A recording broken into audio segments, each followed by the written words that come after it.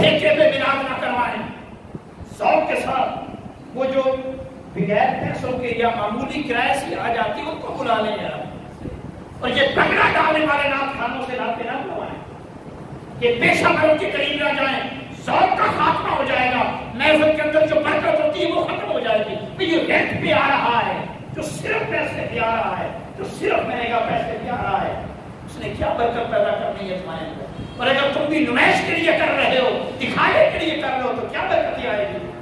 مجھے ایک دوست بتا رہے تھے کہ شاہپور میں ایک محفل ٹھیکے، پتہ نہیں کتنی ٹھیکے پہ ہوئی ہوگی، اس کے ساتھ ٹھیکہ کر لیا ہے جی، نعت خواں بھی تمہارے، قاری بھی تمہارا، خطیب بھی تمہارا، لنگر بھی تمہارا، اتنے پیسے دے دو۔ یہ میلاد ہے، خدا کا خوف کرے۔ آقا علیہ السلام کی برادت کی خوشی پر بھی ایسا گھونڈا بھی اپنا رہے ہو، اللہ کا خوف نہیں آتا، مرنا نہیں ہے، یہ برکت آئے گی، قیامت کے دن الٹے لٹکائے جاؤ گے۔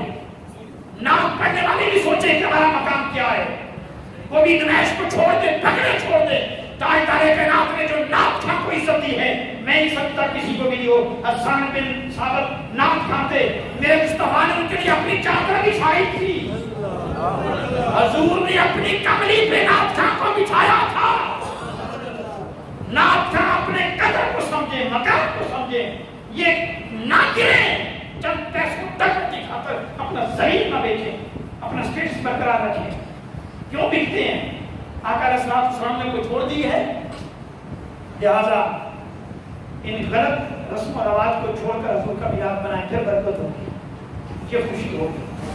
آپ نے میلاد مناتے ہیں، بجلی چوری کی پویاں لگا کے کرتے ہیں، کیا میلاد؟ حرام کمائی سے میلاد مناتے ہیں، رینٹ پہ مولوی لاتے ہیں، رینٹ پہ نعت خواں آتے ہیں۔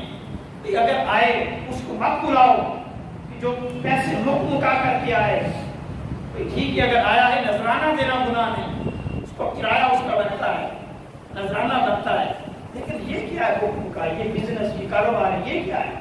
یہ ڈرامہ نہیں، یہ کیا کر رہے ہیں؟ یہ عبادت ہے۔ اس سے عشق رسول آئے گا، اس سے حضور کی محبت آئے گی، خدا کا خوف ہمارے معاشرے کے لوگوں کو کرنا چاہیے۔ کیا ڈرامے ہم نے بنا رکھے ہیں؟ تو ایسی محفل اپنائیں جو صدق کے دل سے کی جائے، جو محبت کے ساتھ۔ آج ہماری مسجد میں میلاد کی محفل ہے،